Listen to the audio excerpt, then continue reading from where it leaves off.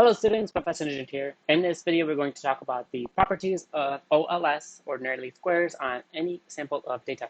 We're going to start with fitted values.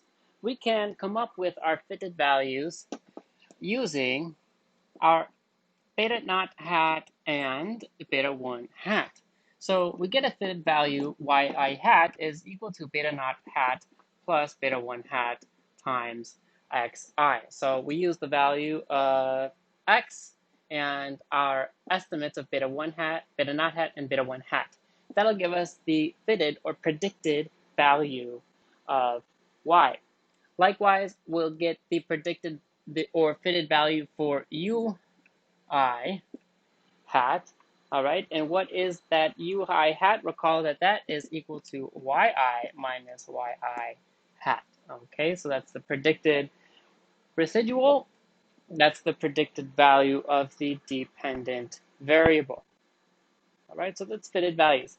Next, let's look at some algebraic properties. 2. Algebraic properties. All right, so some algebraic properties. First, let's start with from our sample moments. The sum from I equals 1 to n of ui is going to be equal to 0.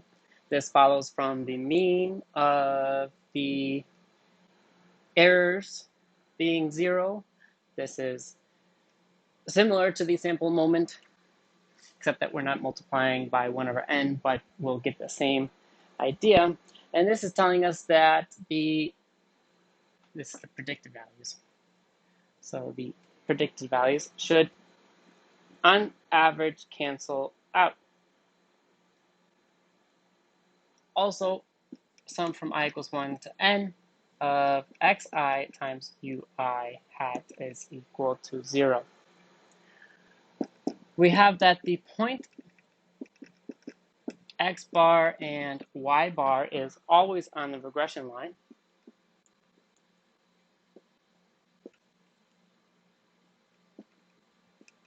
This follows from equation 9 in a previous video, and that is that y bar is equal to beta naught plus beta 1, so hat x bar.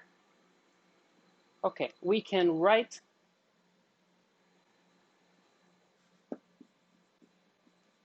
yi as equal to yi hat plus ui hat, right? We're just rewriting how we define, rewriting this equation with yi only on the left-hand side, which implies that the sample average of the fitted values is equal to the sample average of yi.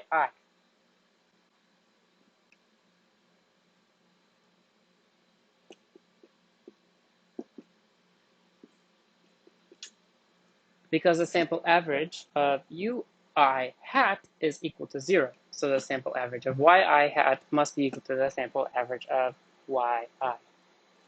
All right. Let's continue with the algebraic properties.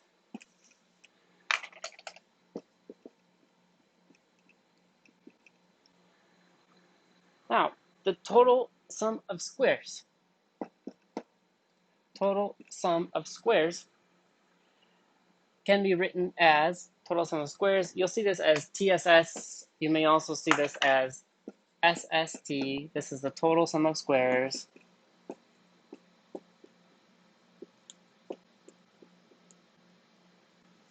SST is equal to the sum from I equals 1 to n of yi minus y bar squared. And this measures the total sample variation in yi.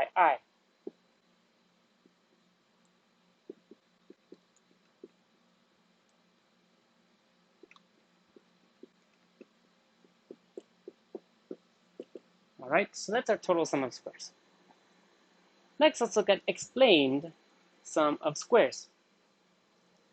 Explained sum of squares is SSE explained And how do we modify this? This is yi hat minus y bar squared. And this measures the sample variation in yi hat. All right, so this is a sample variation in yi hat. Good.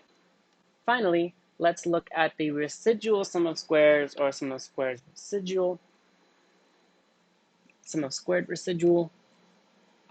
This is SSR, sum of squared residual, or residual sum of squares.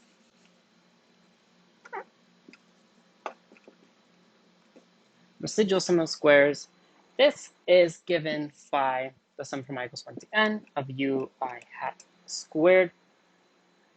And this is the sample variation in ui hat. In other words, this is the unexplained variation. Unexplained variation.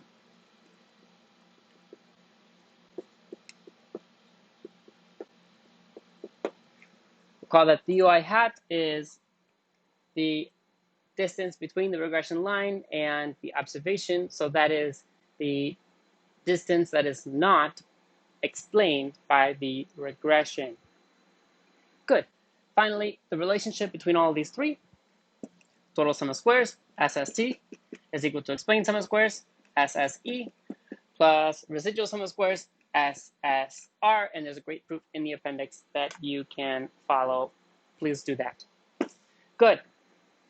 Now, let's talk about measures or goodness of fit. Goodness of fit.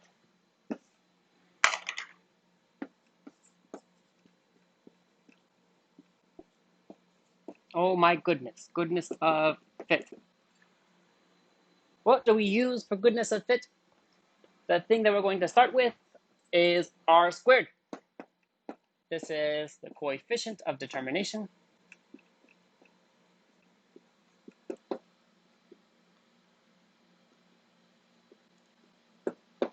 Coefficient of determination.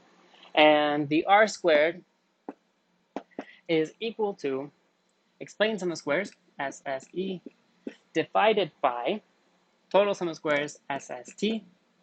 So it is the fraction of explained variance, right? Or 1 minus SSR over SST, okay? So this is the percentage or the fraction of variation in y explained by x.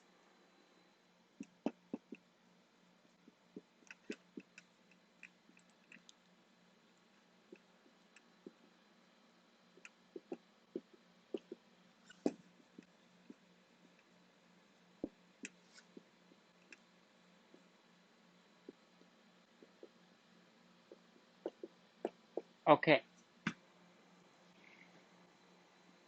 Now, our r squared is bounded between 0 and 1,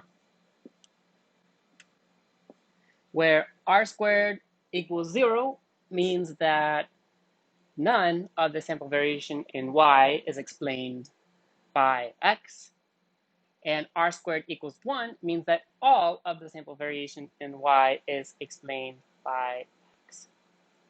Now, although r squared does not necessarily mean that the regression is useless, it just means that there is a lot of other stuff going on that affects y and is unrelated to x, but we still might care about that small amount of variation in y explained by x if that x is something, say for policy analysis, that is under the control of policymakers. Okay. Let's look at units of measurement.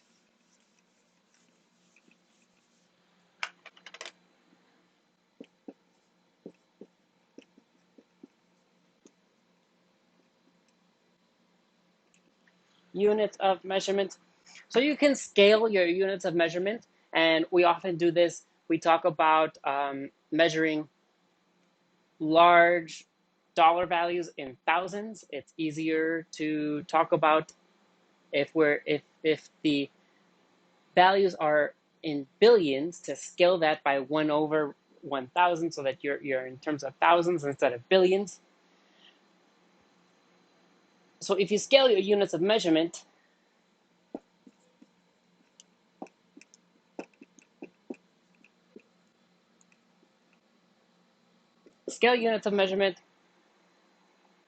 say in a dependent variable,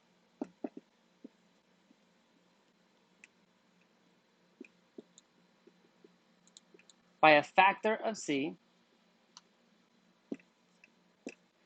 then what will happen is that the OLS estimates will be scaled by the same factor c.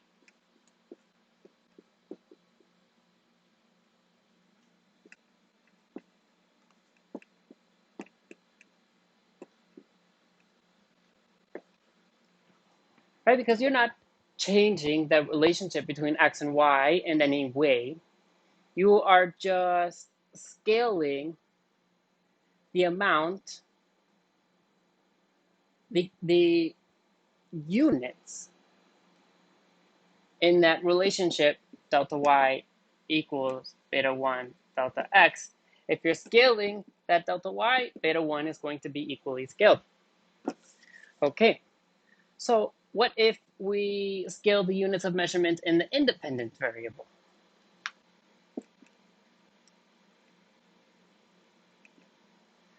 Then if we scale the units of measurement in the independent variable by a factor of c, the OLS estimates are scaled by a factor of 1/c. And that, again, comes to this same relationship. We're not changing the relationship, but this relationship must hold. So if x goes up by a factor of c, beta 1 must be multiplied by 1/c, so that the change in y is the same. Great, so that's units of measurement. And observe that goodness of fit is not going to change, because the amount of variation in y explained by x is not going to change in any way by scaling all of the estimates monotonically. That's important. So goodness of fit, the R squared, does not change if you divide your GDP series by 1000. Okay, great. Next, we can incorporate nonlinearities into simple regression.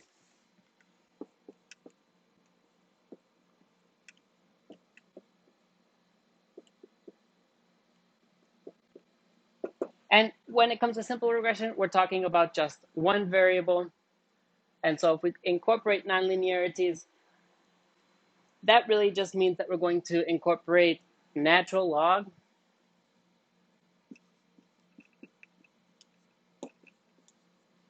and if we use log of y, then we interpret the change in y as beta 1 over 100 times the percent change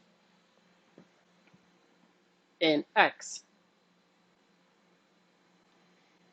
If we use log of x, but not log of y, then the percent change in y is equal to 100 times beta 1 percent times delta x, 100 times beta 1 times delta x.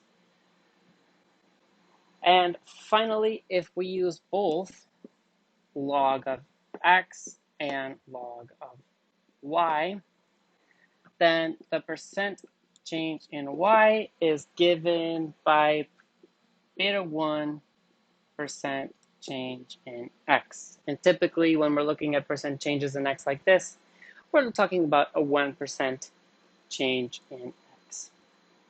When we get into more elaborate models with multiple variables, we can expand how we incorporate nonlinearities.